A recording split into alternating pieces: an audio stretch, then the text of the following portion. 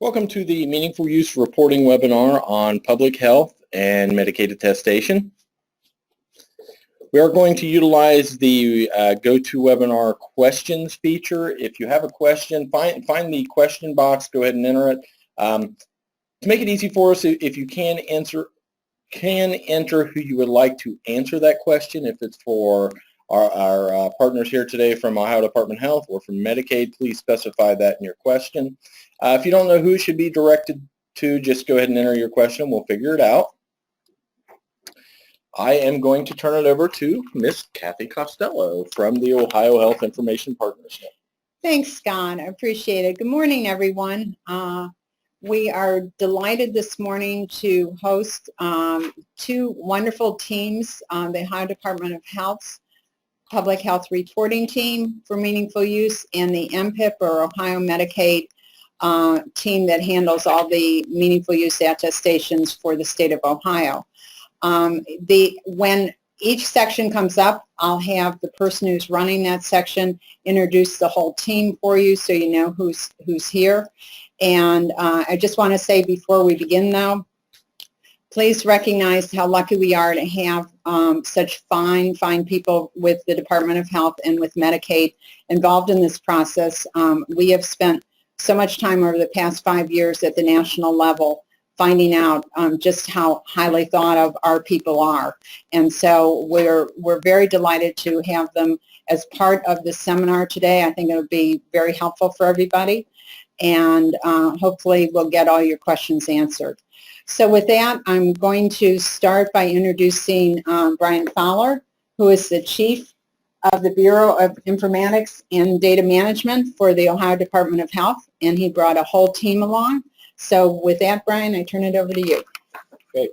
Thank you, Kathy, and good morning, everybody. As Kathy said, we have a whole team of people here available to answer any specific questions you have about public health reporting and meaningful use. I guess I'll go ahead right now and introduce some of them. Bill Storm, who's our ELR coordinator, is with us. Lynn Giljohn oversees the Cancer Registry. Rich Thomas oversees syndromic surveillance, and Brian Napier oversees the Immunization Registry. The way we're going to handle this right now is I have a few slides to show you at the beginning here, and then we'll open it up for questions. We do have a few questions that were received previously, and we'll go through those, and then we'll actually open it up for the questions that we're receiving during the webinar. So just a little bit of background, and some of this may be a little bit of a repeat for some of you, but I want to make sure we're all on the same page before we go into the questions. So what's new on the public health side for meaningful use 2015 to 2017? So one of the things that happened is we used to have several public health objectives. These have all now been combined into one public health objective with several measures. So what used to be objectives, like ELR was considered, electronic lab reporting was considered an objective. Now that's a measure for the one big public health objective. So that's one concept to keep in mind, is a little bit of a terminology change. Also, there's a concept now in the new rules called active engagement, which replaces something that was very confusing to a lot of people in the past. In the past, to meet the public health, what used to be called objectives, you had to be in production, is what it was called. Well, to actually be considered in production, you didn't actually have to be sending production data, which made things very confusing. So now, the feds have moved to this active engagement term. So if you have registered intent with the Ohio Department of Health for one of the public health measures, and you're awaiting an invitation to begin working on that, you're considered actively engaged. You're also considered actively engaged if you're testing with us or if you're in production. So that concept, I think, will help clarify some things as people attest. Go to the next slide, please.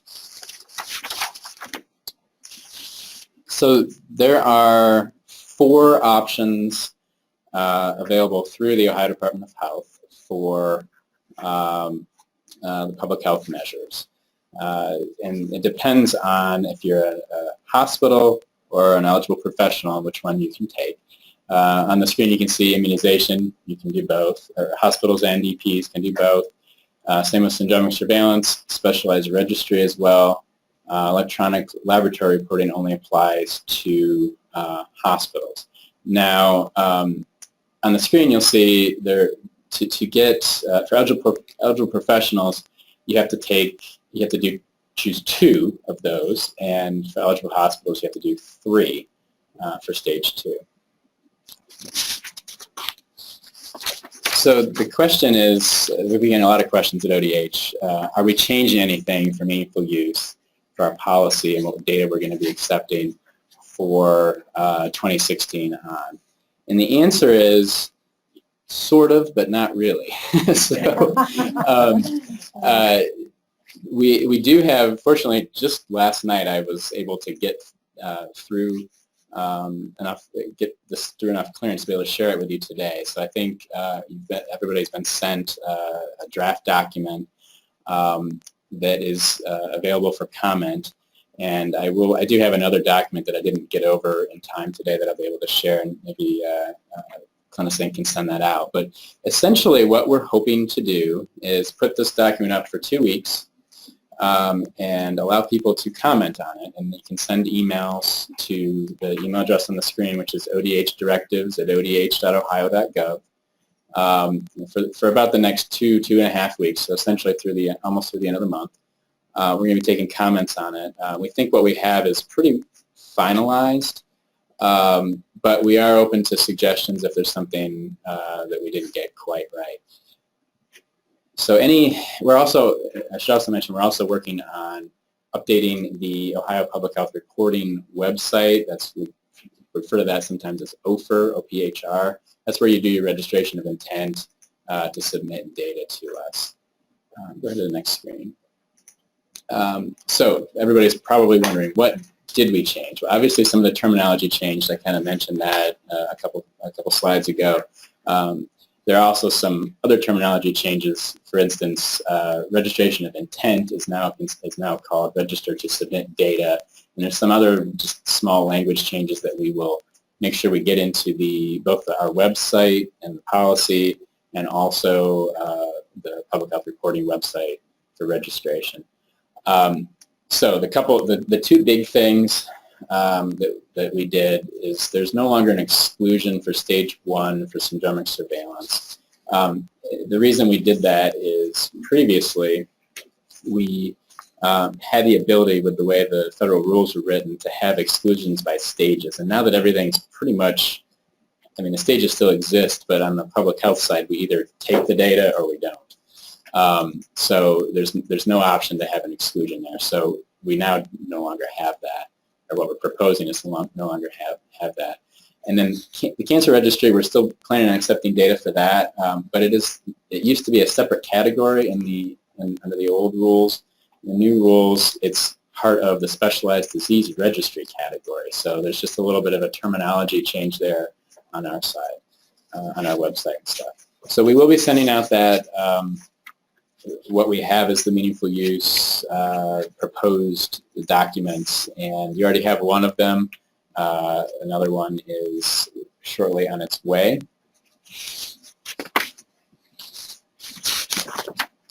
So just to drill down into a little bit more detail here, and then we'll open it up for questions.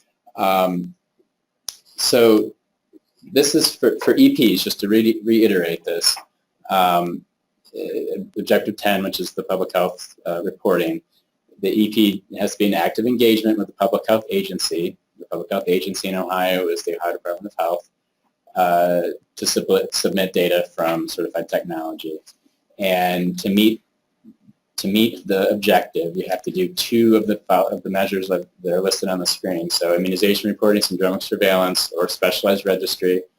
And for at least through the Ohio Department of Health, cancer registry is the only available specialized registry, and that's actually the only available specialized registry through the state of Ohio.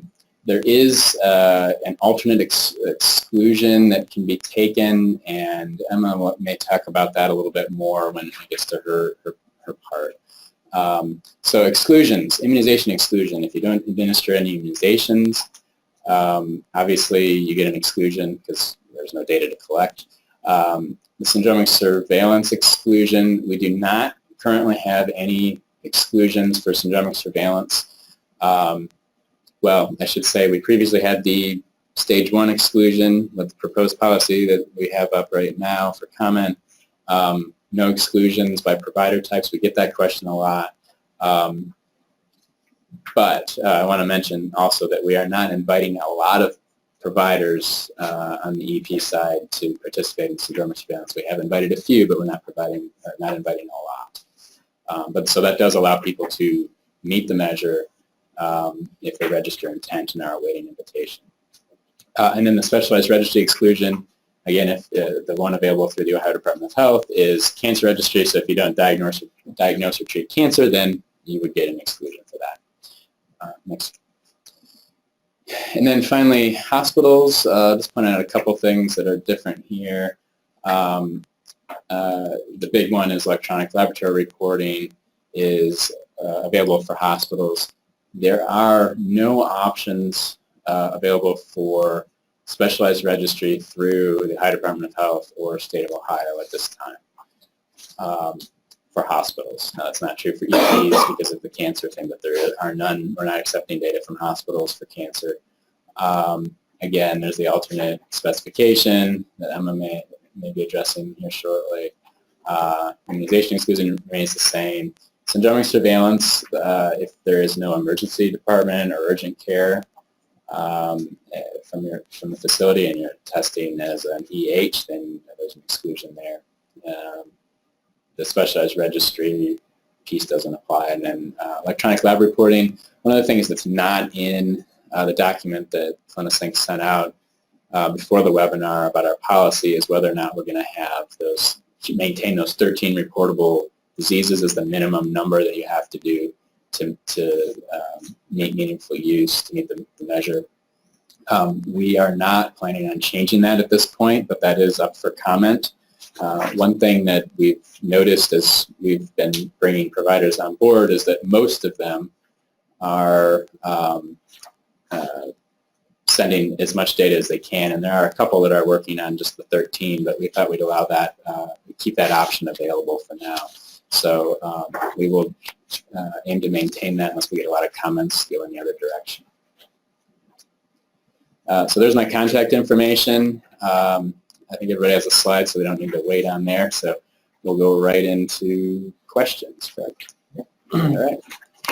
And our first set of questions are around syndromic surveillance. First question is, can EPs register for syndromic surveillance reporting between 2015 and 2017? So the answer to that question is yes, they can register for syndromic surveillance during that time period. We have the Ohio Public Health Reporting website, which is www.ohiopublichealthreporting.info. That's INFO, in which eligible providers can go to create an account, log in, and start the registration process for any of the Ohio-based meaningful use groups. So that would include syndromic surveillance, immunization registry, specialized registry, if you're a hospital, electronic lab reporting. And the next question is ODH. Rich Thomas, the head of Syndromic, was answering that question, and we will let you know who's speaking each time. All right, next question, is ODH considering any exclusions for EPs? Brian Fowler answered this question very nicely. There are no exclusions at this time for syndromic surveillance by specialty. The next question, since stage 1 has been eliminated, can all EPs that are in the queue attest yes, regardless of their stage under the old rule? So I'd like to break this question down into some sections, and I may have Emma jump in here as well.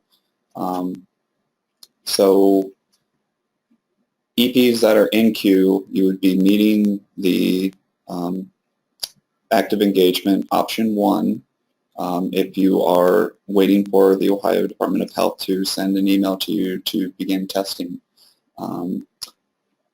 The question, or the problem that I have with this question about all EPs, and this is the typical response that I provide, is that there are other requirements that you as eligible professionals need to have, such as having a system that can transmit syndromic surveillance in the other parts of attestation that alone, you may not be able to meet those requirements. So it's a little tricky when we put in all, in the sense that we need to make sure that we cover all of our bases to make sure that. But if you meet the option 1 requirements, then yes, you would then be able to attest that you are meeting under the old rule.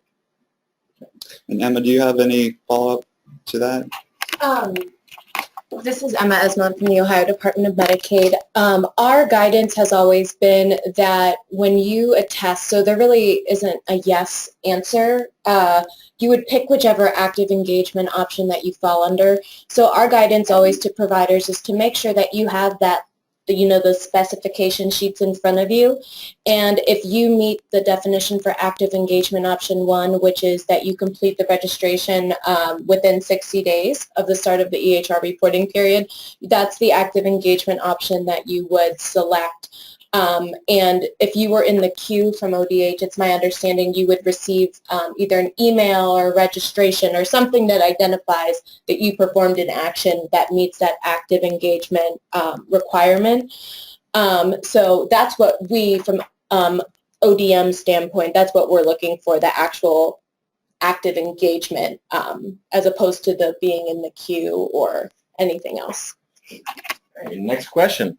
Will the technical guidance document for syndromic surveillance reporting change in 2016? So this was something that we said that we were going to do in 2015. This is Rich Thomas once again, I apologize. Our vendor said that they were going to update some of the documents.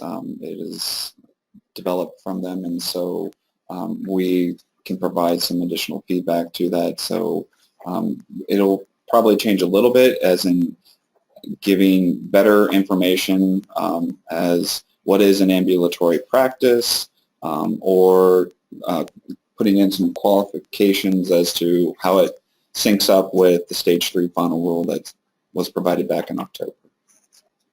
All right, the next set of questions are around the Immunization Registry. Does the exclusion for Immunization Registry reporting as currently stated on the ODH website still apply?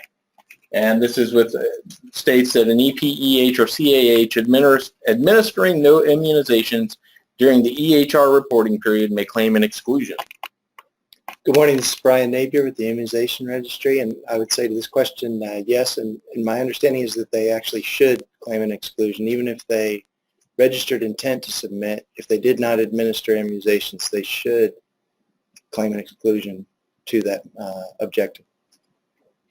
All right, the next question is, my hospital or practice is technically enabled to report immunization data to ODH, but we've not been invited to do so. Do we just continue to wait, or can we still meet modified Stage 2 meaningful use?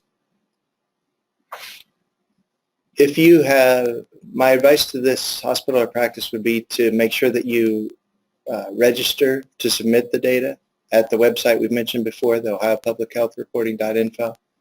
And then at any time if you had done that in a previous year, you would be able to log in this year and confirm that is still your status as displayed there.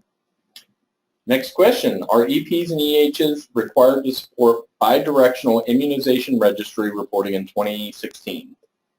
I know that this was proposed at one time, but that is not in the final rule to my understanding. So no, you wouldn't be required to support that. I believe it's still proposed for Stage 3 in later years. And there's a follow-up to that is ODH ready to support bidirectional immunization registry reporting? It's a good question. We do support it currently. We have practices in production. I'm not sure that we have the technical infrastructure to be able to expand greatly, but we plan to be ready to do that when Stage 3 begins. Our next set of questions are around ELR. For EAHs, will ODH be changing the minimum reportable conditions to meet modified stage 2 of meaningful use? Hi, this is Bill Storm, ELR coordinator. And Brian kind of covered this question already. So with our proposed policy that is out for comment, there are no changes to those 13 required diseases to meet modified stage 2. Does ODH plan to change its ELR technical guidance documents in 2016? And if so, where can I find them on your website? Sure. And that's one of the maybe, but I don't know for sure. So there's a potential that, we could have mapping changes or segment changes to our HL7 spec. If there's anything like that, we'll certainly push that out to our laboratories that we're working with and put it on our website as well. The technical guidance document is currently available on our website, and you can get to it through 2 ways. You can go directly to the ODH website, www.odh.ohio.gov. At the top, you'll see an A to Z index, and if you hit E for electronic laboratory reporting, there's several resources available there, including implementation guides, mapping tables. Then there's a link called ODH Required and Supported Fields, and that's where you'll find the HL7 spec. You can also get to that link through our main meaningful use policy page, and on the left-hand side, the link for electronic laboratory reporting. And at the bottom of our meaningful use page for ELR, there's a technical information link, which will take you to that same page. Our next set of questions. I apologize, the microphone fell down, so you heard a loud boom. Our next set of questions are around the specialized registry reporting. Who can register for cancer registry reporting to meet the specialized registry measure between 2015 and 2017? Good morning. This is Lynn Giljohn. I am with the Cancer Registry at the Department of Health. And as was already mentioned, the specialized registry reporting and specifically cancer reporting is only for eligible professionals. So hospitals cannot register for this measure. And then additionally, it is for eligible professionals who either diagnose or treat cancer.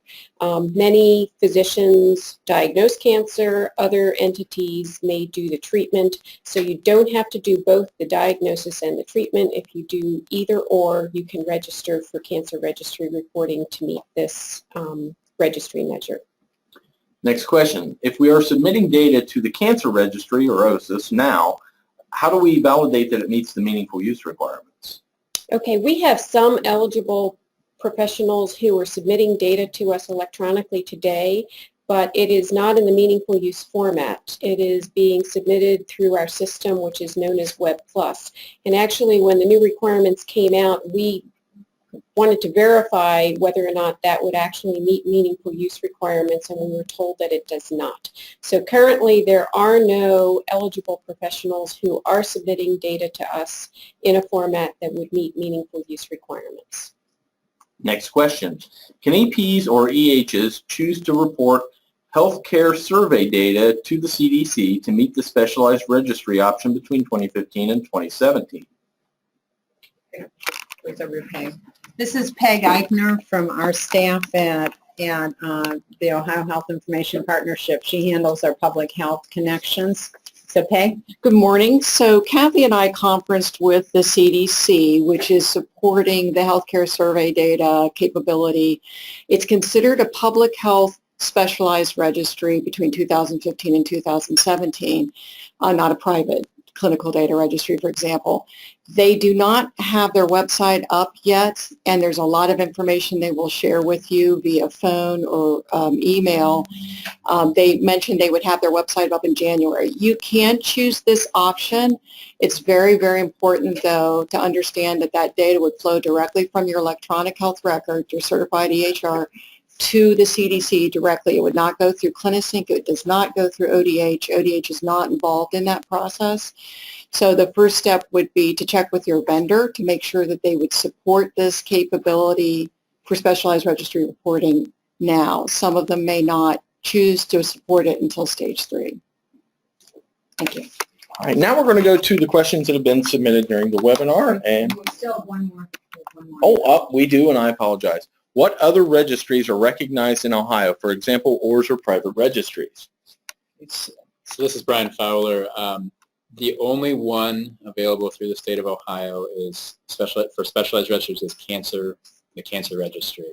So ORS does not count. There was some discussion around that, but it is not currently in our policy for the state of Ohio to count that as a meaningful use option.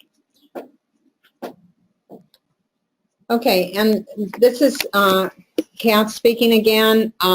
We just want to clarify because it is very confusing, and Peg and I get more questions on specialized registries than anything at this time. And the difference between what is going on 2015 to 2017 and what is going on for stage 3 is like night and day. Although we put the language in that comes straight out of the final rule, so that you can see what was proposed. What was originally proposed was this one huge specialized registry that included public and private registry reporting and would have started immediately in 2015. There were a lot of comments about this and the fact that the vendors weren't ready, the registries weren't ready, and everything else. So CMS backed off of this, and that last bullet with the underlying language specifically says we are not finalizing the clinical data registry reporting measure for 2015, 2016, and for 2017 for those providers not demonstrating stage 3. So what has happened is what Brian and his team explained is that specialized registry during the 2015 to 2017 period covers in the state of Ohio only the cancer registry reporting, and as Peg mentioned, the CDC reporting when it's ready to accept. And right now it's not on their website to show that they are ready to go. So these are the only specialized registry. They are public registries. The private registries that you all have asked about, optometry registry, cardiology, ophthalmology, all these ones are not currently recognized for 2015 to 2017. It doesn't mean that they won't be, but the process is not in place to have them accept data and have it meet meaningful use. And I'd say stay tuned on this issue. We will be repeating this webinar as we go into 2017 because we'll have to have the stage 3 guidance in place, and there should be a lot more information. But for what you are doing this year, you are looking only at what the state of Ohio recognizes and potentially what CDC has available for reporting purposes. All right, now to our questions that have been submitted. Looks like we've got quite a few. I'm going to skip over. I'm going to go to the ones that are just specifically ODH focused. Is the cancer registry limited to only in oncology, or can family medicine report we may diagnose or treat, or both? Hello, this is Lynn Giljohn again, and it is not limited to only oncology. So if the practice diagnoses or treats, which can happen in the family medicine scenario, then yes, you can register for cancer reporting. Yeah, and as long as you are working with a certified EHR system. I mean, that's was what Lynn was referring to earlier, that the Department of Health accepts cancer information now, but the process may not be meaningful use compliant. So please check and make sure that you are meeting the technical standards for meaningful use reporting to the Department of Health. Next question is, will you be sending out a recording? I have no audio access. Yes, we absolutely will be posting this to the CliniSync channel on YouTube. Next question is, we are a hospital preparing for attestation under modified meaningful use stage 2. We are set up to submit electronic labs to the state, but last notice was that ODH is unable to accept these results. Since we must select 3 measures under this objective and cannot select specialized registry reporting, what are our options? Hi, it's Bill Storm here. So ODH is able to accept electronic laboratory results from hospitals and laboratories throughout Ohio. If we're not specifically working with you in testing and validation right now and you would like to begin, you're certainly able to. If you're one of the hospitals working specifically with CliniSync, then there may be some prioritization and scheduling with their vendor, Medicity, before you can begin though. So if anyone is interested and you're not currently sending test files to me, just give me an email, william.storm@odh.ohio.gov, and we'll get you started. All right, thank you, Bill. Next question is, since Ohio does not currently have a specialized registry option, can we meet the exclusion for 2016 and 2017, or do we have to pay to get connected to a registry such as DARTnet? So this is Brian Fowler. We do have a specialized registry. It's cancer registry. We have not had an exclusion for that. There was a transition between the old cancer registry measure and the specialized registry cancer reporting, but there has not really been an exclusion there. In terms of the other piece, I'll let you guys. Yeah, the other registries, this is Kath speaking.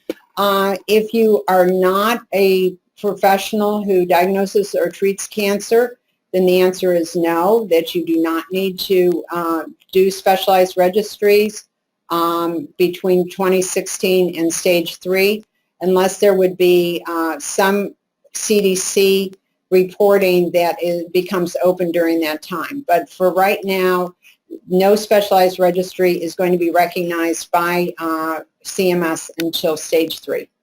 And just a clarification, I was talking about EPs when I said that cancer was an option. It's not an option for EHs. All right, next question. As a hospital, we're meeting the syndromic surveillance reporting, but are hundreds of employed EPs, does this registration cover our EPs as well, or do we need to do another active engagement registration separate for our employed EPs? So I think this is Rich Thomas with syndromic surveillance. I think this question needs to be specialized as to whether or not those EPs are all covered under the same system. Assuming that they are included under the same certified EHR product, you would still want to put one more registration in at least, but also realize too that if you're attesting for immunization registry, you may want to have additional listings in there to keep everything nice and neat for you. So I think it's a matter of keeping things clear for you and for future in potential audits, that come back from CMS, in order to provide you with the best documentation that you need. If you're only going for syndromic surveillance, you can create just one record, but you could also arguably say that if all the systems and all the EPs went live all on the same day, then potentially you could use that one notification moving on through. And so I'll just add on to that a little bit. This is Brian Fowler. You can register as a health system or as a grouping, or you can register separately. We do prefer that you register as a health system and then sort of list out your facilities or your underneath. So if you have questions about that, there's a way to reach us through the Public Health Reporting website and submit a question. You can also call us. The number that's coming to mind that'll get you there is 614-995-5599. Okay, we've got 2 more questions. We're going to go through those quickly so we can try to get caught back up on our time. What if our vendor is not able or prepared to submit to the cancer registry? Hi, this is Lynn Giljohn again. Again, this is the basic premise, is that in order to register intent, that has to be part of what can be done. So if that's not a possibility, then you should not be registering intent for cancer reporting. And last question is, please clarify for cancer registry reporting, is there a format available for submission that meets meaningful use? Yes, on the department's meaningful use page, there is information on the format for cancer reporting. It's a clinical document architecture format, a CDA format, and the technical specifications are on the website. And if you need that information, we can provide it after the meeting. Okay, any other, if you do have additional questions for the Ohio Department of Health, feel free to submit those. We'll come back to those questions at the end of the webinar. We're now going to move to the team from Ohio Medicaid. Okay, and Emma Esmont is the head of the MPIP reporting program here. She is the project manager and has brought with her one of her finest as far as the help desk people. So Emma, I'll pass that over to you. Hi, thank you, Kathy. As Kathy mentioned, my name is Emma Esmont. I'm the project manager for the MPIP program, and I also have Kristen Coughlin, who is one of our trusted experts in meaningful use, who I'm sure many of you have had the opportunity to work with. And we're going to go over just some of the differences you may see in the MPIP system this year as you look forward to a test. And I just wanted to give some, I guess, kind of housekeeping notes about the MPIP program. So we are working on, and when I say we, I really mean Kristen's redesigning a lot of our attestation support guides, such as the EP checklist, the EH checklist, supporting documentation tip sheets. So please look for those to be posted on our website and use those during your attestation. They really do guide you through the process. So we hope to have we have a couple finalized, and we hope to finish the rest up over the next couple of weeks. And we are hoping to go live on next Tuesday, so 1/19. However, we are still waiting for CMS approval, and we can't go live without CMS approval. That being said, we have extended our deadline to complete attestations to May 20th of this year for both hospitals and providers. We do encourage providers to attest sooner rather than later, but we will, like I said, be extending that deadline based on not being able to be live on January 4th. So, modified stage 2 meaningful use. The way that this is going to work in the MPIP system is that behind the scenes, MPIP is able to determine if a provider is eligible for the alternate exclusions or not, and it bases this off of a provider's information from CMS and from their previous attestation history. So if you're scheduled for stage 2, you're going to go down a standard path, and if you would have been scheduled for stage 1, you're going to go down an alternate path, and you might just see a couple of different exclusions than you would see if you were on the standard path. So your reporting of your certified EHR technology and your reporting period remains the same. So you'll come in, you'll input your reporting period, identify your practice locations, and then hit submit and continue. And then you're going to come to your objective screen, and this looks the same for both the standard providers and the alternate path providers. And so the way we went about this for this particular presentation is we just took some of the objectives for standard path and alternate path just to show you the difference. So if you move forward, this is an example of what the standard path is going to look like for the clinical decision support intervention. So you would just continue like you would in the past and attest if you met the exclusion, or if or input your clinical quality measures.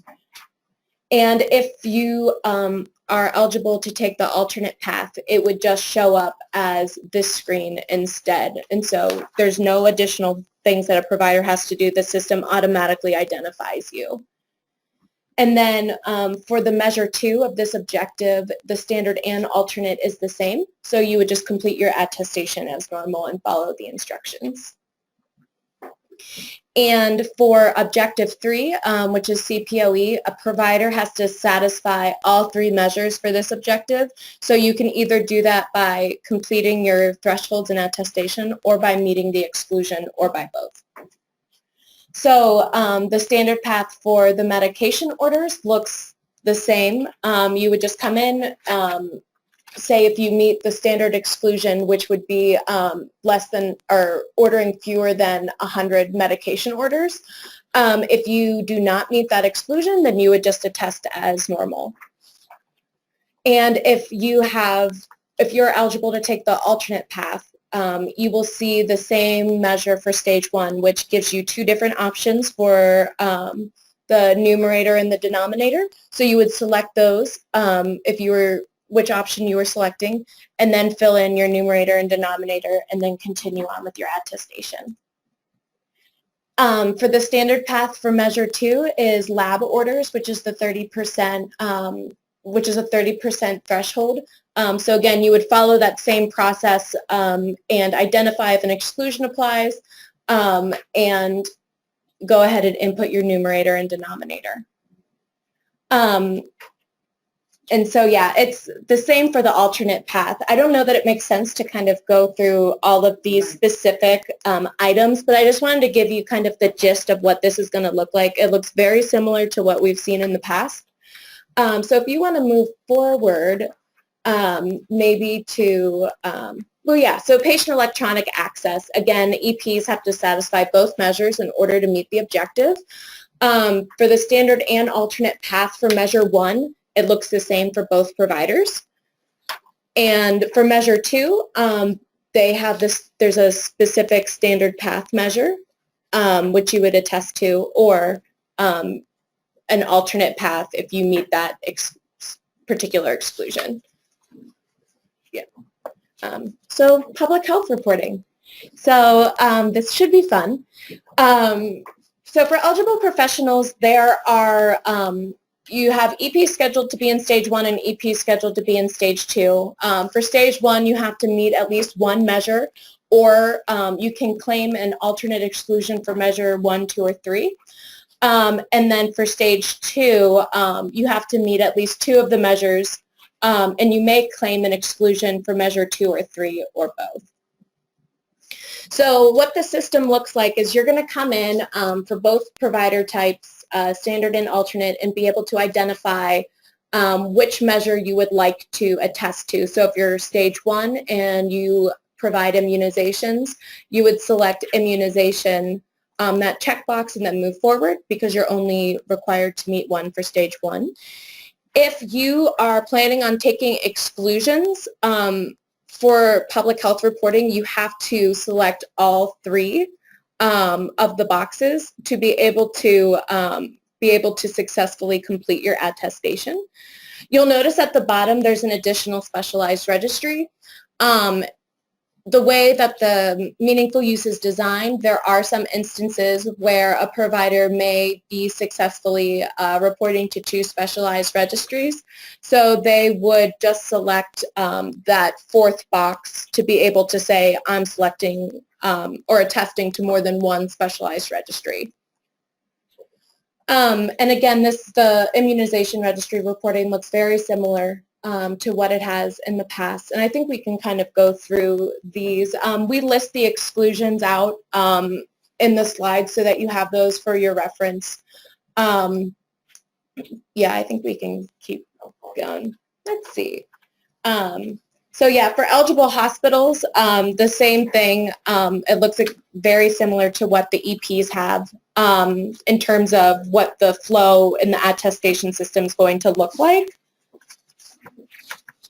And yeah, I think we can go through to questions.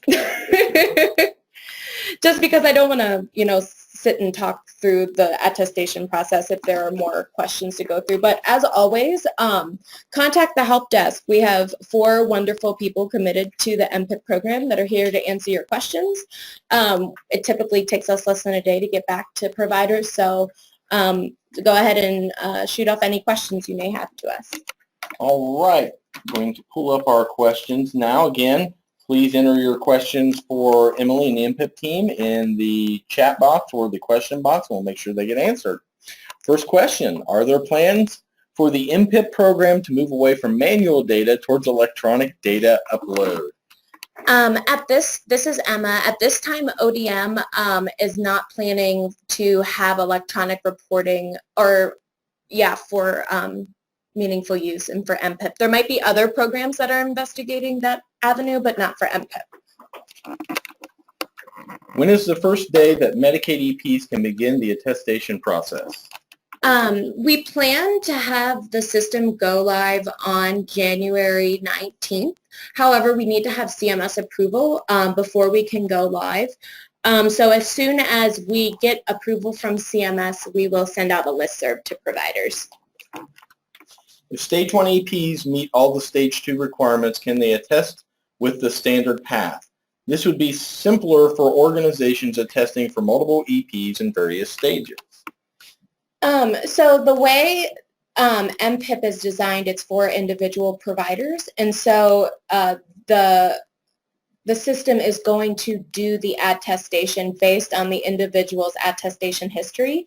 When you look at the difference between the standard path and the alternate path, for the measures that have thresholds, there's no problem for a provider who would be eligible for an alternate path to attest to 60% or something that would meet the standard path threshold. But because it's not a program for practices, it's individual providers, the provider needs to demonstrate that they meet each of the meaningful use measures per what they're eligible for.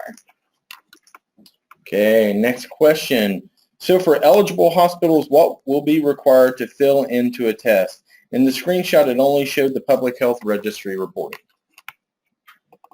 So for eligible hospitals, there are 4 measures that providers can attest to, and they would be required to demonstrate that they either were in active engagement or they met the exclusion. We encourage providers to have documentation that shows that they meet the active engagement option and or they meet the appropriate exclusions. I always encourage providers to upload that documentation straight to MPIP in case of an audit, so the auditor can go straight to that document and see the individual met the measure. We will be working on updating our supporting documentation tip sheet over the next couple of days for providers to reference when they complete their attestations. Yeah, and Emma, just one thing on the question of specialized registries that I wanted you to clarify is that when you said that you could have 2 specialized registries for an EP and meet the measure, what you were referring to at this point in time is that it would be the cancer registry for the state of Ohio and CDC if they open it up. Those would be the only 2 at this time that would be recognized. The guidance that I've gotten from CMS, it kind of doesn't put if a provider were to send us documentation for a whole nother registry that we knew nothing about, I don't know that we as a state would be able to say that that wasn't an appropriate attestation if they were reporting to somewhere in Nevada. There's a lot of uncertainty there, but if a provider thinks that they are completing a specialized registry attestation and they submit that documentation to us, we will review it. But we haven't had guidance from CMS that says, there's not a list of approved ones, so there's not a list of unapproved ones. So I don't know if I just threw a monkey wrench in everything Kathy's been trying to articulate. Do we have to upload any documents on the MPIP site? Additionally, do we have to enter in each individual address that a provider practices similar to last year? So yes, you have to upload documents to the MPIP website. So the more documents you upload, that's a way to kind of prevent, that's a program integrity thing for MPIP. So there are going to be required uploads for public health documentation and for your certified electronic health record technology. In addition, we encourage providers to upload their meaningful use reports in addition to their patient volume eligibility reports, just in case of post-payment audit or internal review. And you do have to enter each individual address that a provider practices at, because there are several eligibility requirements that a provider, that more than 80% of their encounters occurred at a location that has electronic or certified electronic health record technology. So you do want to make sure that it's a comprehensive review of the provider, because it's the provider incentive program. So we want to have a complete overview of where that provider is practicing at.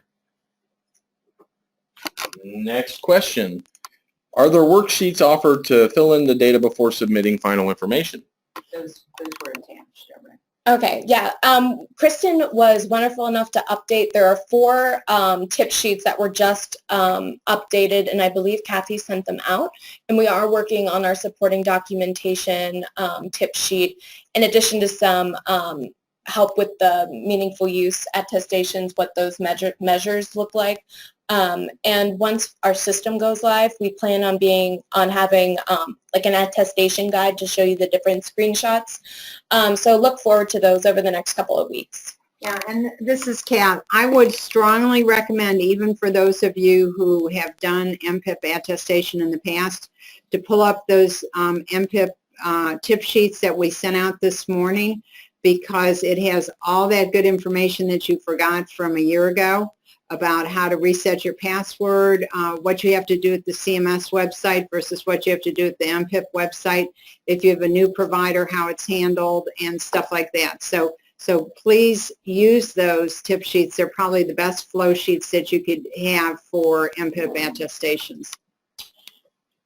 Next question. Can you please ask Emma to repeat the Ohio Medicaid extended deadline for 2015's attestations? Was that March 20th of 2016? So the good news is it's May 20th of 2016. I have requested 2 deadline extensions, so I'm not sure that CMS would let us go any farther than May 20th. So I do encourage providers to, as soon as that system's open, to begin their attestations, just because if there's any prepayment reviews, if we need any additional documentation, we want to close the program year on that May 20th. So We save our documentation on our Meaningful Use Manager dashboard. Do we also need to upload documentation to the MPIP website? This is Emma again. Sorry. So it depends. For certain meaningful use measures, and I'm not exactly previously, there was a way when providers were attesting to measures that had the same unique denominator, or that should have been unique patients, there was a way for us to kind of review those and say, okay, well, these should be the same number because it's the same denominator. Well, this year, there's really no measures that have the same denominator. So I would say that unless you are audited for or ask for a prepayment review, you always have the option to upload your meaningful use reports. We encourage you to do so. You do not have to upload them if you know where they are. So I think it's more of a, you know, a personal preference of where you want this documentation to be. But I will say if you do get selected for a post-payment audit, they will look at those reports. So you just want to know where they're at. Okay, the next question is a long one. It says, second, we will allow providers to claim an alternate exclusion for a measure if they did not intend to attest to the equivalent prior menu objective consistent with our policy for other objectives and measures as described at 80 FR 62788. This is from CMS questions, but I did not see this exclusion option, but the screens were clicked through very fast, so I might have missed it. Okay, so this is Emma. So this would be how the MPIP system interprets this this requirement. So anything that is federally defined or in the specification sheets, you are eligible to use for your attestation. My understanding of that MPIP system is that when you come in, it's going to say you're eligible for stage 1. So when you get to those public health screens, you would select one measure to attest to. which if it was immunizations, you would attest that I give immunizations and I've registered, and then that would be the only one you needed to attest to. If you were going to, if you needed to take an exclusion to immunization because you did not provide immunizations or administer immunizations, you would take the exclusion for that, and then you would take the exclusion also for the 2 other measures. So it's not, for stage 2 providers, there is a exclusion box that'll say did not intend to in stage, did not intend to prior to this rule. But there should be something on each screen that explains the attestation flow and process. And if at any point you have any questions during your attestation process, or you want to make sure you're clicking the right button, or you're not sure, please give MPIP operations a call. Kristen is the most familiar with the system. They can help guide providers through the process.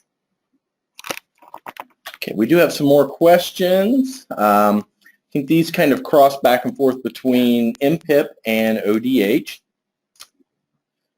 Okay, a large ortho specialty in the Columbus area uses 2 separate EMR systems.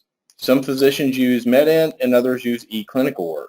I've gone to the website to register intent for the providers using eClinicalWorks and appears to not provide the opportunity for our organization to register separately for the 2 EMR systems and providers. Wondering what your thoughts are. Can we do, this person also perhaps maybe like to set up a separate conversation as well. This is Brian Napier. So there are a couple of ways to handle it. One would be that you could set up 2 registrations, one with the MedInt practices, one with the ClinicalWorks. Another way is you could probably do one and then communicate with us, and we'll help you change the EMR on the relevant practices. So I have your information, Kathy, and I will contact you this afternoon. Okay. Again, feel free to enter your questions now for either MPIP, ODH. We'll make sure they get answered. Next question. If a hospital is submitting immunizations and syndromic and excluded from ELR, can they be considered excluded from the special registry to meet the total of 3? So if a provider is required to take 3 measures for stage 2, so a provider would then attest to active engagement for immunizations, and if they are not doing ELR and syndromic because they do not provide that type of data to ODH, they would take the exclusion for those and consider it meeting 3. They only need to meet 2 as an EP though. So I think they're just asking about the exclusion. Oh, I'm sorry. I was looking at the one underneath. Yeah, okay, that would have to be your children's hospitals, or specialized, because most of the hospitals, it would just flow down from the Medicare system. They wouldn't do separate attestation for their specialized registries. And this is Emma again. I promised Brian Fowler I would create a flow chart of public health reporting. If not, then when. And so once I am able to create that graphic, I will share that with everyone. And it'll just kind of go through for EPs, there are 3, really those 3 measures. If you have to exclude to this one and you want to take the alternate exclusion to this one, what do you need to take for this one to still pass? So just sort of, because it's as confusing as it was for me, I can only imagine how confusing it was for providers. So I am working on that. Emma, are you going to do that for both EPs and EHs to flow Yeah. down? Okay. Why not? Let's do it all. Thank you. Kristen's shaking her head. All right, next question. If an EP does not give any immunizations and does not diagnose and treat cancer, what can they do to meet the public health measure? Do they claim exclusions for everything? Do they register intent for syndromic surveillance? First let me address the syndromic surveillance piece. This is Brian Fowler again. You can register for syndromic surveillance. That would not meet the specialized registry category, but it would be another option to meet a public health measure. In terms of other options available, I think a few have been discussed, and that kind of has been answered already. There really aren't very many available at this moment. All right, next question. Is there any issue if we test all 3 registries? We plan to do this in case our data doesn't completely support one of the registries, then we have another one to fall back on. Is this allowed? So this is Emma at ODM. So if you are going to attest to an active engagement option, you need to make sure that you meet all of the requirements for that active engagement option, and you have documentation to demonstrate that it was appropriate for you to register and all of those other things. So if you were to register with immunization, syndromic, and ELR, and it's good, there's no problem there. You just have to make sure that you're meeting the requirements. Just like Brian mentioned earlier, if you don't give immunizations, don't attest to submitting immunization data, because if you don't, you should take the exclusion. So just kind of read through the measures and see what mostly pertains to you, and attest accordingly. All right, next question. Yeah, it's the same one. All right, that is all of our questions. Well, thank you so much, and thanks to all of our presenters who've done a fabulous job. Just to kind of recap where we are with handouts and stuff. Oh, I'm sorry, there's one other question that just came in. Go on. Sorry, folks. Is it diagnose and treat or diagnose or treat? For example, a surgeon might biopsy but does not treat. It is either one, diagnose or treat.